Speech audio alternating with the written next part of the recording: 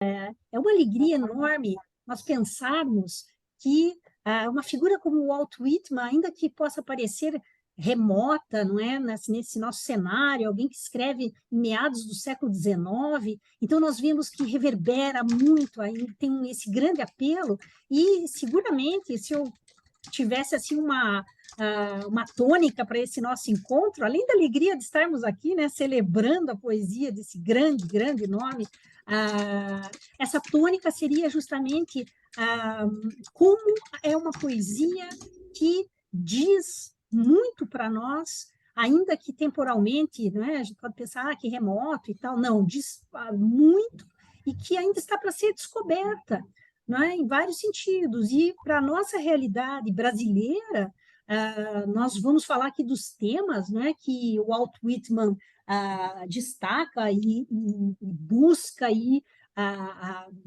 explora na sua poesia, a gente vê que tem absolutamente tudo a ver com o Brasil contemporâneo. Então, é essa urgência que ele traz em meados do século XIX, não é?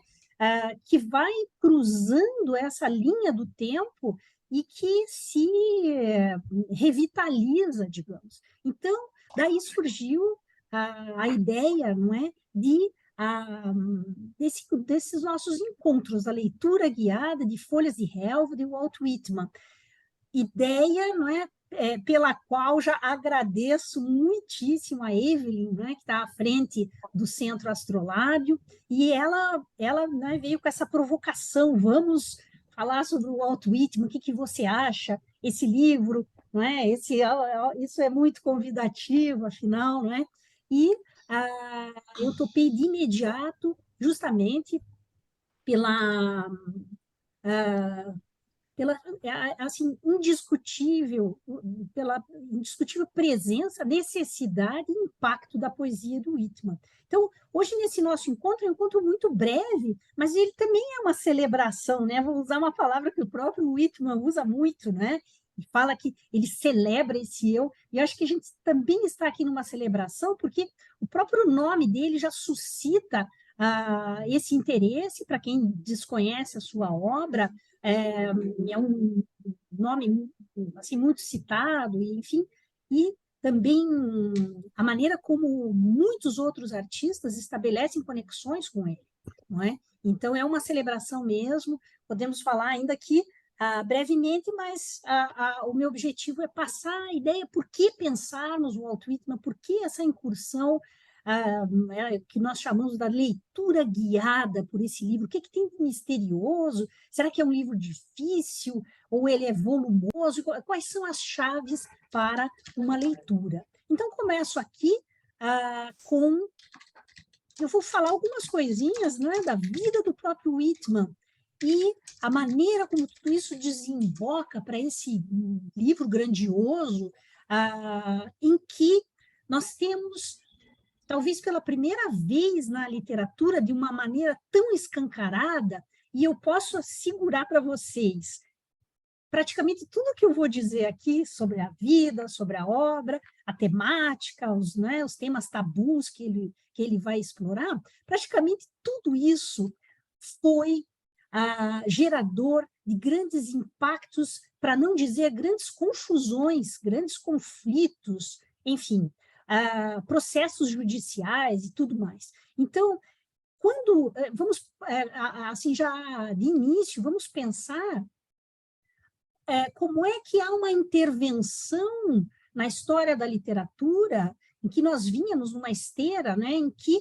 o biográfico e o autobiográfico, eles têm aquela coisa essa primeira pessoa, ela é muito idealizada, não é? Eu estou tomando como exemplo, podemos pensar Benjamin Franklin, né? O grande nome da história da literatura norte-americana e da política, afinal. Benjamin Franklin, ele escreve a sua autobiografia, que é um marco na história social dos Estados Unidos. E esse livro, ele é tomado, ele é estudado por todas as crianças na escola, se duvidar até hoje. Eu sei que até os anos 90, 2000, ele ainda era adotado, é uma leitura obrigatória. O que é que nós temos na autobiografia de Benjamin Franklin? Uma idealização muito, assim, com perdão da expressão, né, mas muito mentirosa, né? Assim, não deixa vazar uma coisa ficcional, é um manual de como ser um bom moço, não é? Como você vencer na vida, como você construir, né? Aquela ideia de você parte do nada, miserável, paupérrimo, e daí meritocracia, e você... é isso, né? Uma autobiografia, ela é didática. E, de repente, nós temos o Walt Whitman com essa intenção muito explícita de borrar esses limites entre biografia e o literário, o ficcional, a falácia intencional, e ele traz esse grande, aspas, problema para a literatura, que é delicioso, né? Porque ele coloca eu, Walt Whitman.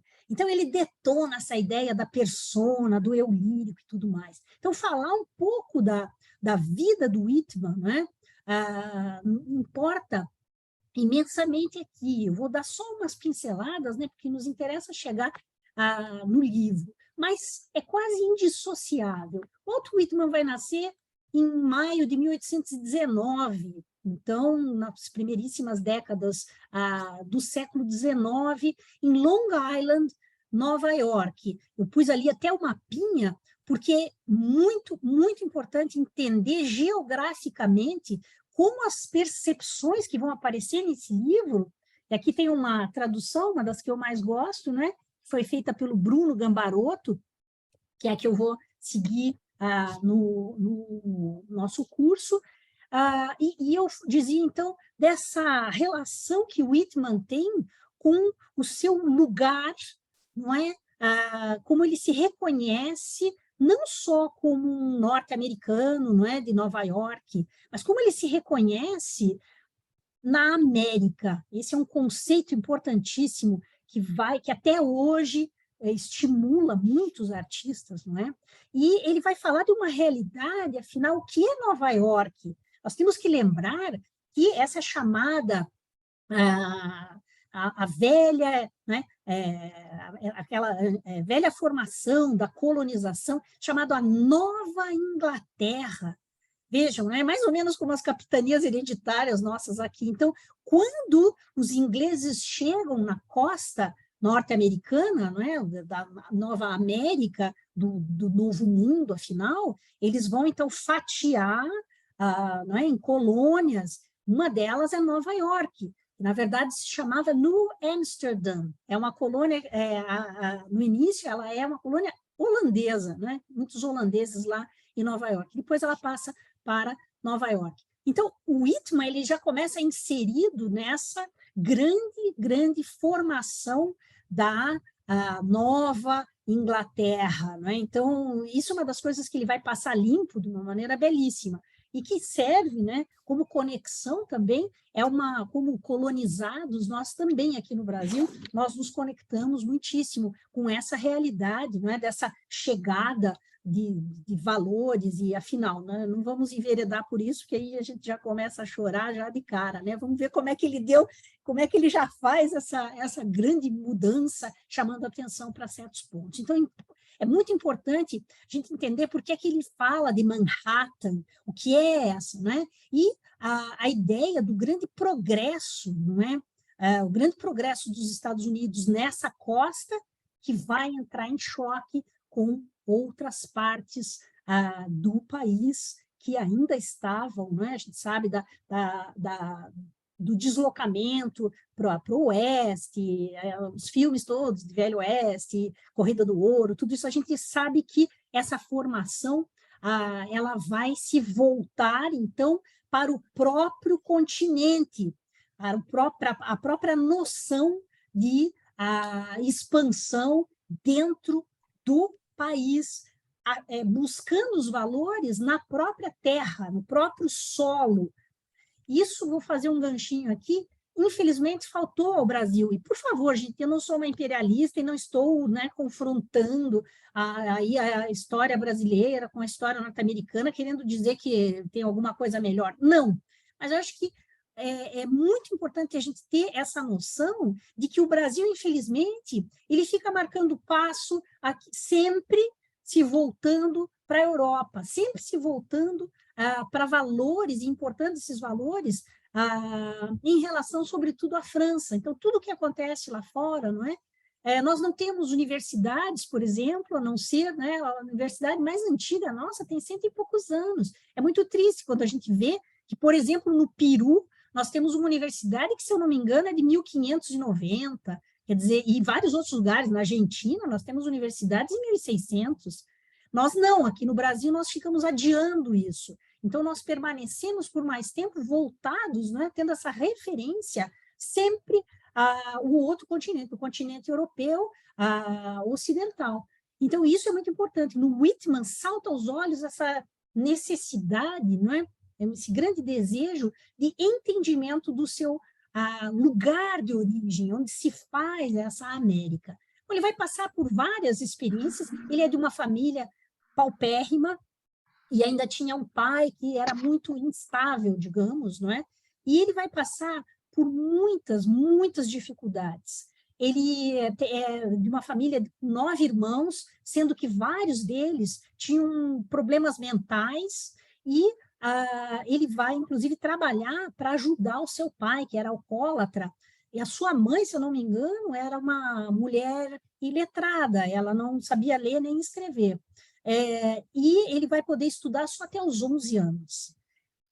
No entanto, assim, o brilho né, da percepção, da inteligência de Walt Whitman transcende todas essas dificuldades. Ele começa a trabalhar, a exemplo do nosso grande Machado de Assis, né, ele trabalha como aprendiz de tipógrafo, e ele vai se envolver muito nessa relação, não é, da feitura de um livro. Inclusive, o Folhas de Relva, ele mesmo vai trabalhar com os tipos gráficos e vai botar a mão na massa, assim, literalmente.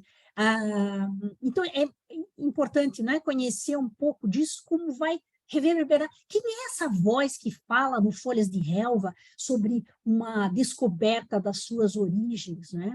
E, enfim, nessa infância muito difícil, ele vai se mudar, né? A família se muda, o pai cai em várias barafundas econômicas, né? A família vai se mudar para, né? Ele vai acabar conhecendo vários guetos, digamos, e o que também alimenta muito, né, a sua própria poesia. Bem, e ele vai, então, depois de trabalhar na tipografia, ele vai ser professor. Gente, isso aqui é uma das coisas mais incríveis, porque o Walt Whitman, ele vai trabalhar em várias escolas, mas ele vai ser banido dessas escolas, ele vai ser proibido de dar aulas, porque ele inventa uma metodologia totalmente nova, uma abordagem do ensino que os pais e a sociedade, né, fica horrorizada, e ele, muito jovem, ele é impedido de seguir com essa sua carreira de professor. Bem, aí ele vai para o jornalismo, para nossa sorte, né? Então ele é meio desviado assim para as letras, começa a escrever ficção curta e se envolve muitíssimo nessa coisa da palavra através das publicações, vai ser editor-chefe, né? Das publicações em jornal. Ele vai ter também uma carreira muito conturbada como jornalista, vai ser expulso de vários jornais e ele vai se tornar aquela pessoa muito problemática, digamos. Por quê? Porque já, assim, muito jovem, ele vai se ligar a um partido que, na época, era um partido, né, que se chama Local Focal, o Free Soil, que é um partido muito radical, né? Vejam que essa ideia de democracia, ela entra em camadas na experiência do Whitman, e é isso que dá essa solidez, é uma grande vivência, não é?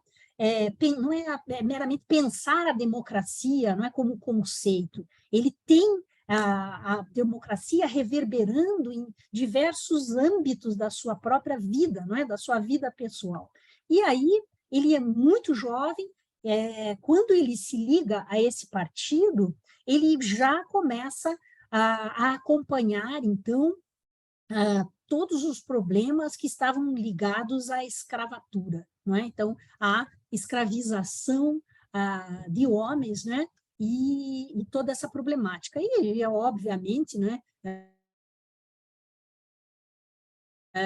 Era muito polêmico, enfim, vamos chegar lá. Mas vejam quão genuína é essa preocupação, não é? Quer dizer, o Walt Whitman ele não vai tematizar, ele pensa três coisas bonitinhas e ele é um cérebro que está pensando essas coisas. Não, ele é efetivamente alguém preocupado e envolvido com essas questões todas. Ele lança um livro em 1842, é sua única ficção mais longa, foi um relativo sucesso para a época, esse livro não tem tradução para o português, fica aí, né, uma dica, se alguém se interessar, enfim. E aí, o grande momento de virada vai ser uma viagem que ele faz, ele esgota suas possibilidades de trabalho lá em Nova York, e ele vai trabalhar em New Orleans. E aí pensem, né, no mapa, o que é que ele está fazendo? Esse deslocamento geográfico foi a grande revelação de uma nação, não é? Ele passa a ver uma nação, não é, que ele desconhecia. Ele estava, digamos, protegido por uma realidade de nova-iorquino, com todas as benesses, digamos, né, do movimento, de uma cidade em expansão, um grande centro desde sempre, e quando ele vai para New Orleans, ele entende o que é a América, porque lá, então, esse deslocamento do norte para o sul vai gerar esse grande choque, não é? Porque a realidade do sul é a realidade que estava gerando, né, que vai alimentar todas as questões da Guerra da Secessão, afinal. E, infelizmente, até hoje, não é? Para quem conhece a realidade norte-americana, a discrepância cultural, econômica e tudo mais entre sul e norte permanece. Então, para ele, quando ele se flagra falando de democracia e percebe como está a condição da democracia no seu próprio país, então ele passa a reverenciar essa grande busca, não é? E essa grande promoção desses ideais. E ele vê a escravização, não é? Quando ele conhece esses mercados em que as pessoas eram vendidas, né? As pessoas escravizadas eram vendidas, para ele, ele encontra essa grande, né? Ele se torna imediatamente o grande porta-voz de todas essas mazelas, não é? E nesse mesmo momento, saindo daquela Nova York que na obra dele reverbera muito, né? Ele vai falar em algum momento, eu me contradigo, porque ele fala sobre o trem de ferro, não é? Sobre as máquinas a vapor, e Nova York, aquela coisa de trânsito e pessoas, e a expansão da cidade, né? A cidade é um dos temas dele, e quando ele vai para o sul, ele começa a se conectar de uma maneira mais profunda com a própria natureza, que é um outro tema, né? Que é muito intenso, não é? Então, essa viagem, né? Esse deslocamento geográfico vai trazer digamos, uma comprovação de quais seriam esses elementos a serem explorados na sua poesia.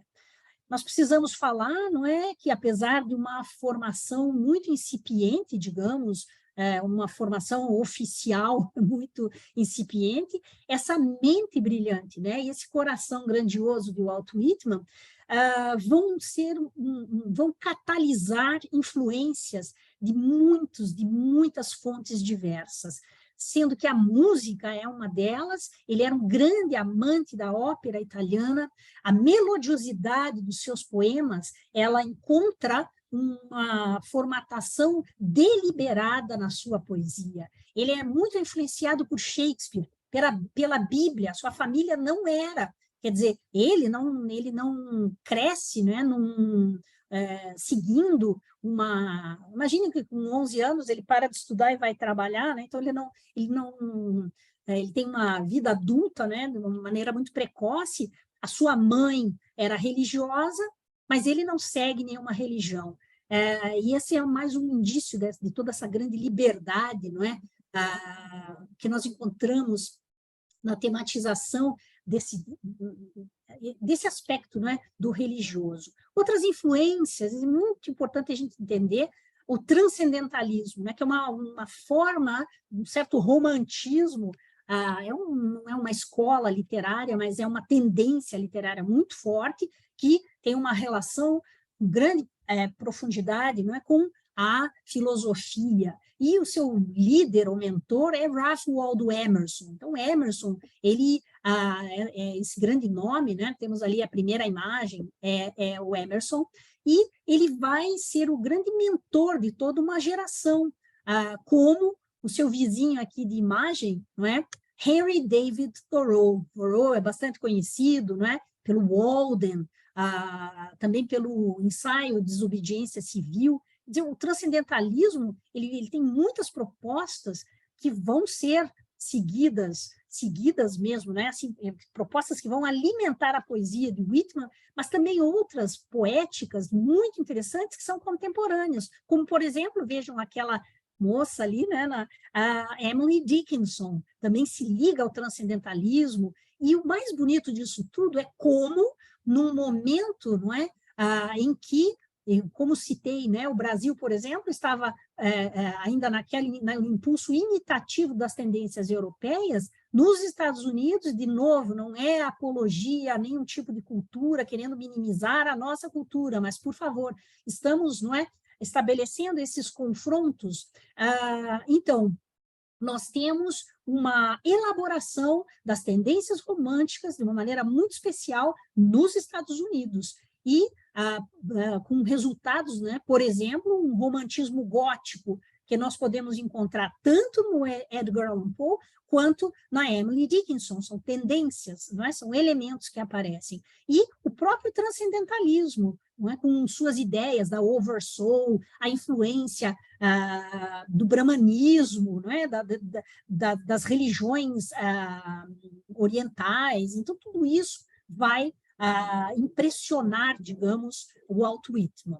E o próprio Emerson, ele é o grande mentor do Whitman, porque ele escreve um ensaio, quando o Whitman manda para ele, em 1855, a primeira edição de Folhas de Relva, o Emerson, ele lê aquele livro e fala: nós não tínhamos, não é? A América não tinha o seu poeta mais verdadeiro, e agora nós temos. Esse poeta é Walt Whitman. Então, existe esse, digamos, quase que um pacto, né? Uma transmissão, não só desses interesses, mas de toda uma maneira de se pensar a poesia a ser feita a partir de então. E aí, com esse grande impulso, né? O Emerson era considerado o primeiro scholar americano, não é? Esse primeiro grande erudito norte-americano. Então, esse primeiro erudito passa esse bastão, não é? E diz: agora nós temos o grande poeta nacional. E aí, o livro Folhas da Relva vai passar por uma série, é um livro, gente, que ele foi escrito e reescrito ao longo da vida do Whitman. Nessa primeira, e claro, nós vamos, né, detalhadamente mostrar essa evolução, entre aspas, não é? Ou esse refazimento do livro ao longo dos anos, mas interessa saber que esse primeiro livro ele inclui 12 poemas, são poemas longos, não é? Perdão, eu coloquei ele incluindo, mas era o Song of Myself, né? Canção de mim mesma, enfim.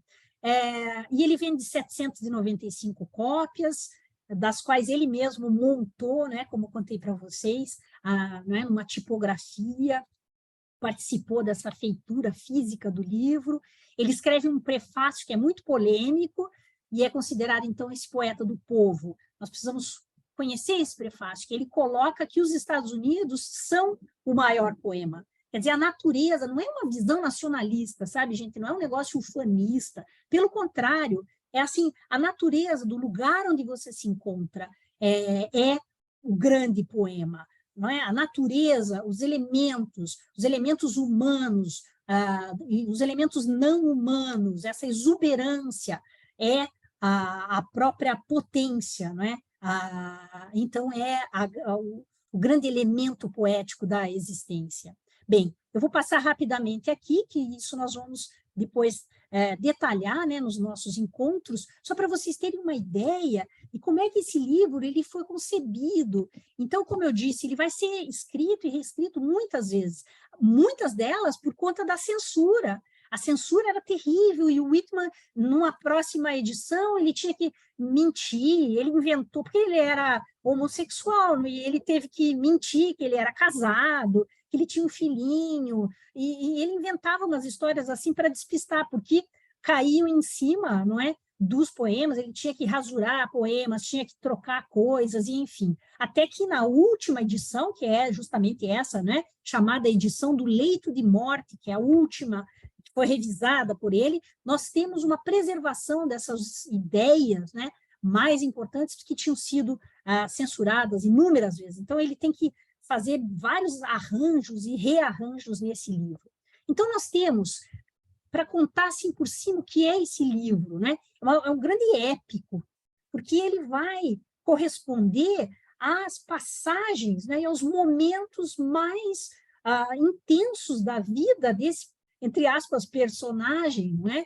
Que é autobiográfico e não é ao mesmo tempo, não é? Toma dimensões que são extraordinárias. Então, nós temos vários fascículos, digamos, né?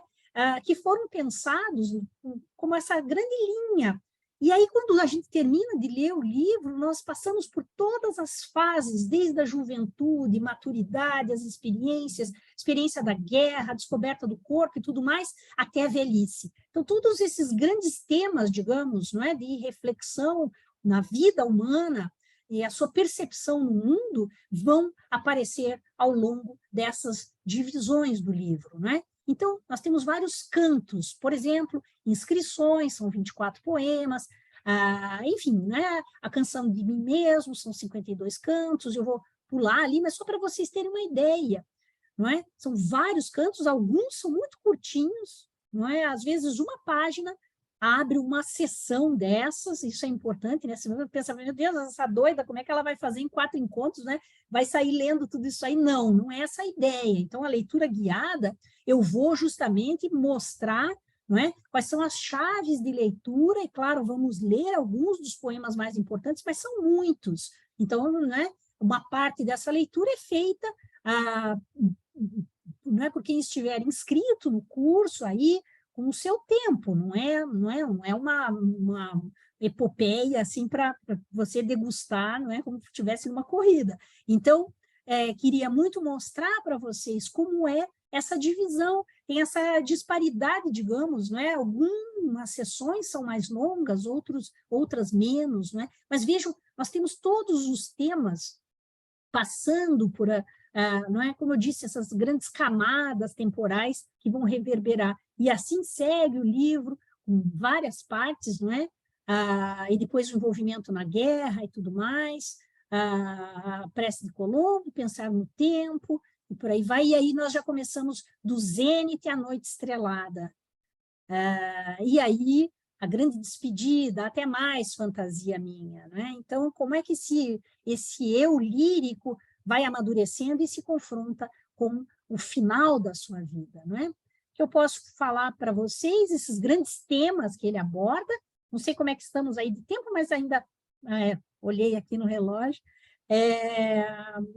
que temas nós vamos encontrar, não é? O poder transcendente do amor, a ideia de irmandade, que é muito específica, a gente precisa conhecer o que leva o Walt Whitman a usar esses termos, né? Como ele fala, comradry, essa camaradagem, o que é isso? Então, nós temos uma inspiração lá nos gregos, é preciso conhecer isso, não é? Porque a sociedade que lia aqueles poemas não alcançava, não é? Isso me pensava meramente com uma ideia, né, de um juízo de punição, não é? Não, isso, nós não queremos esse tipo de relacionamento na nossa sociedade. Então, há um ataque muito intenso, não é? A todas essas tentativas de tematização de elementos, isso vai servir para outros, não é? Para outros elementos, para outras características, para outros temas, como o corpo. O que é o corpo? Você pensar no que é o corpo em 1850, né?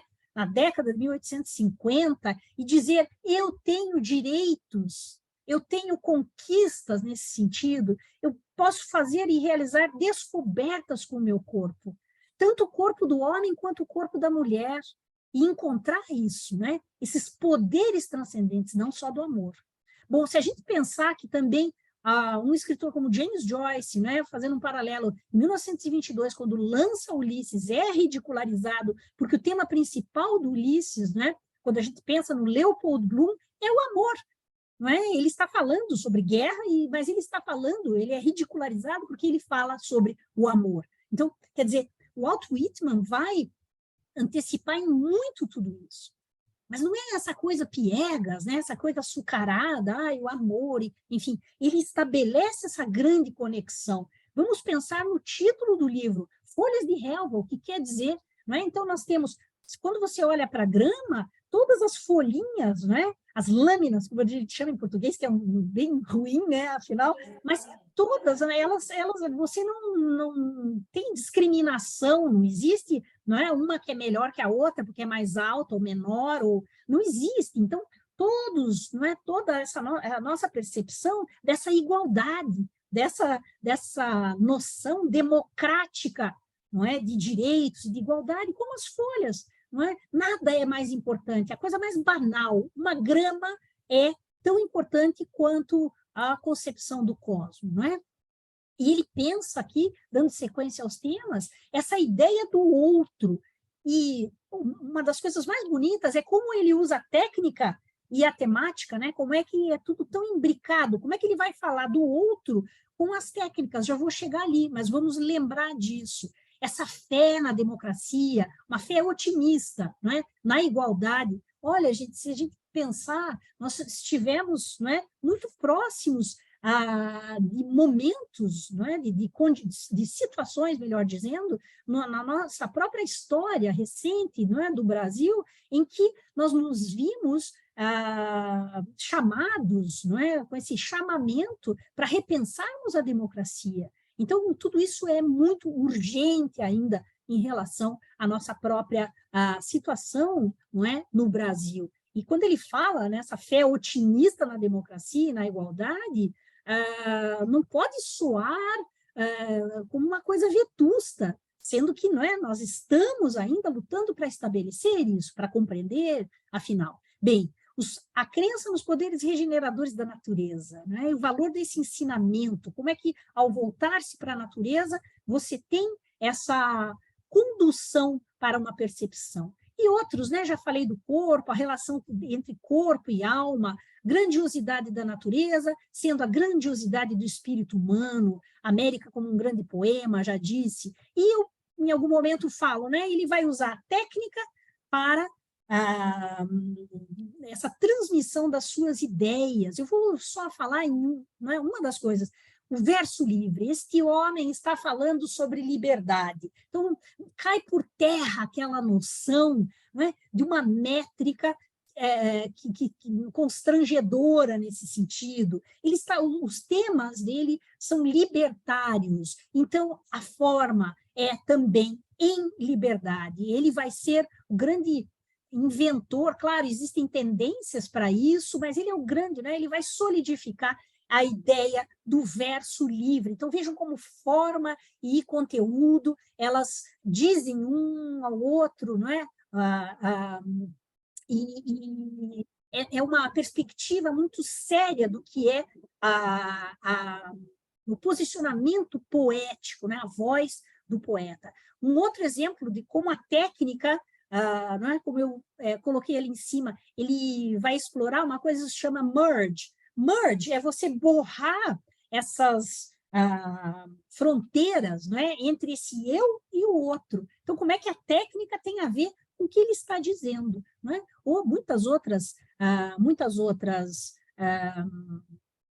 outros elementos, muitos outros temas. Chegamos na Guerra da Secessão, então nós precisamos falar, não é, sobre todo esse grande impacto. Ele vai participar da guerra.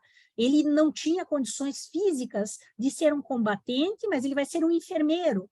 Um irmão seu foi para a guerra, foi ferido gravemente, então ele vai, ele retorna, né, a Washington e vai passar 3 anos como enfermeiro e ele se torna uma figura amada por todos, porque ele vai no fronte, não é, em campanha, escrevendo cartas para os soldados feridos, ajudando, conversando, ele vira um grande mentor espiritual daqueles jovens, né, que estão estraçalhados ali pela condição da Guerra Civil Norte-Americana, a Guerra da Secessão, e as implicações morais, espirituais, econômicas dessa guerra, né? Uma devastação que até hoje se sente, não é?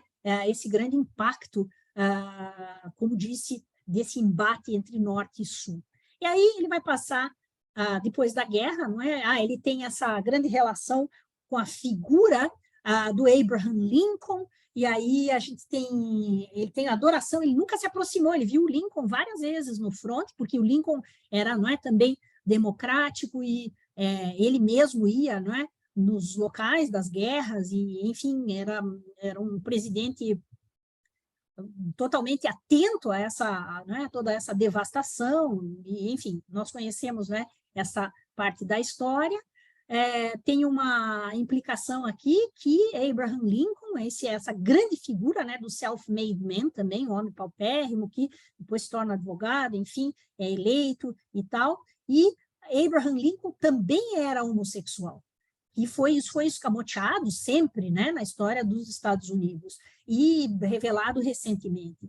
Então, existe uma rede, não é, esses elementos homoeróticos que aparecem e vão ser censurados, né, essas duas forças, existe uma rede de transmissão de ideias que precisam ser discutidas naquela sociedade, ainda que com todas essas dificuldades. Bem, depois da guerra, o Walt Whitman vai passar longos anos da sua vida como funcionário público e ele vai ser demitido sumariamente de uma dessas suas posições por ser imoral.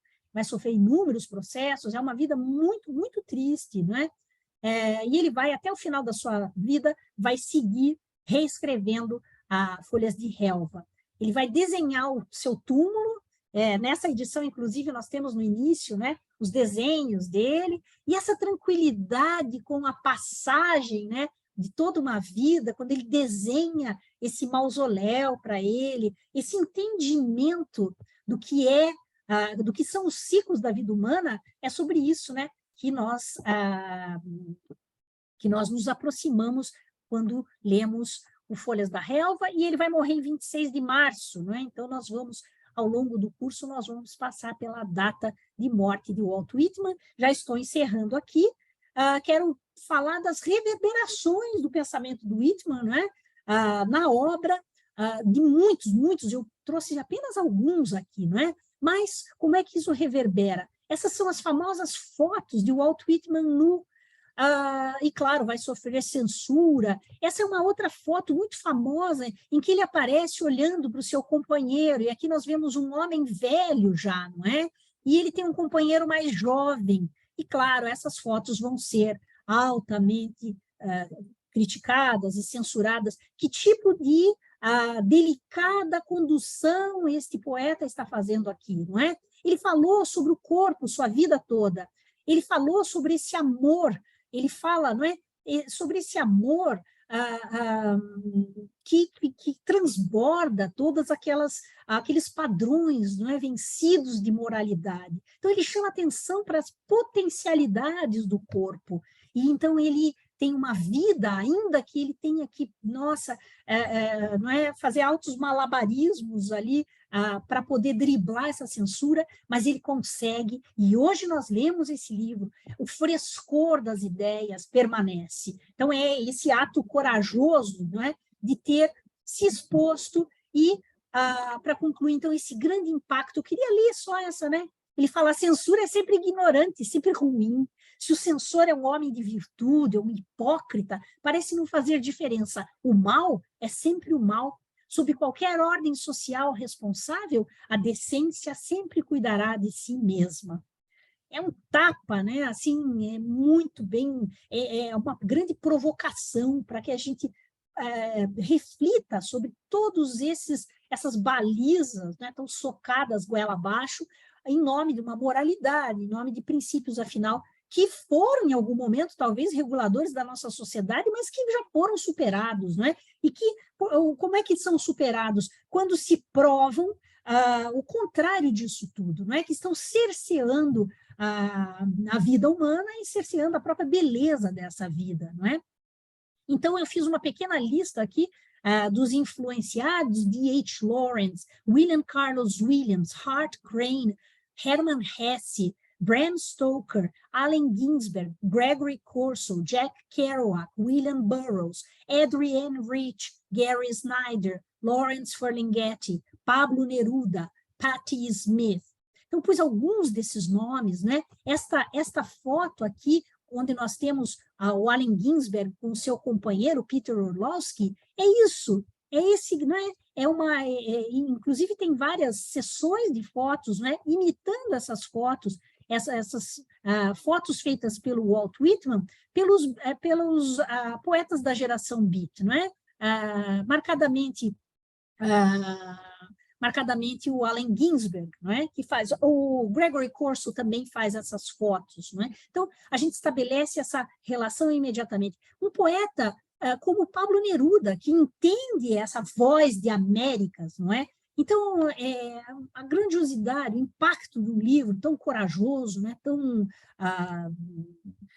humano nesse sentido, mas também transcendendo, deixando vazar essa ideia de humanidade, mas para todos os seres, né? Quando a gente pensa a natureza e o homem é só mais um animal no meio, né, dessa confluência, dessa grande rede que se forma em relação à natureza. E vou finalizar lendo um poema muito curto que se chama O que você acha que registro? É uma pergunta. O que você acha que registro? O que você acha que registro com a caneta na mão? O navio de batalha perfeitamente modelado, majestático, que vejo hoje passar no horizonte a pleno vapor? Os esplendores do dia passado? Ou o esplendor da noite que me envolve? Ou a glória festejada e o desenvolvimento da cidade que se espalha ao meu redor? Não. Somente dois homens que vi hoje nas docas, no meio da multidão, separando-se na separação dos amigos queridos. Um abraço ao pescoço do outro e o beijando, perdão, um abraçado ao pescoço do outro e o beijando com paixão, enquanto o outro que parte o aperta com força para que permaneça em seus braços. Então, é esse teor de humanidade que nós encontramos, não é? De humanidade, porque hoje é até meio temerário falarmos em humanidade, não é? Mas é para a gente repensar e tentar recuperar esses elementos mais belos dessa palavra e também das nossas ações.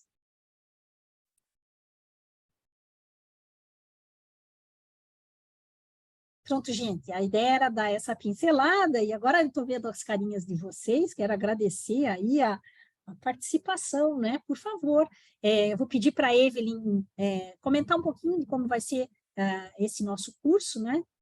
Esses nossos 4 encontros. Por favor, Evelyn. Primeiro, eu queria agradecer muito a Lucy, eu já assisti, já tive o privilégio, né? Já deu, acho que 2 ou 3 cursos com a gente aqui no Astrolábio, mas não esperava esse aulão. Eu pedi uma espécie de pocket class, né? Uma degustação, pronto, algo assim, não é? E foi um aulão. Então, muito obrigada mais uma vez. Eu também quero agradecer a cada um de vocês que passou aqui para assistir, para degustar com a gente um pouquinho do Whitman, e dizer que o curso começa na segunda-feira que vem, são 4 encontros, mas eu também não vou tomar muito tempo de vocês, porque a gente vai enviar um e-mail todo organizado, com desconto e datas e tudo certinho por lá, tá bom? Muito obrigada mais uma vez, Lucia. Obrigada. Então, muito obrigada, gente. Então, esperamos vocês e vamos partir para essa grande celebração, não é? Essa grande promoção das coisas importantes da vida e dessa beleza que pode ser a vida humana, tá bem? Muito obrigada, gente. Obrigada. Boa noite. Obrigada, Luci. Salve. Tchau.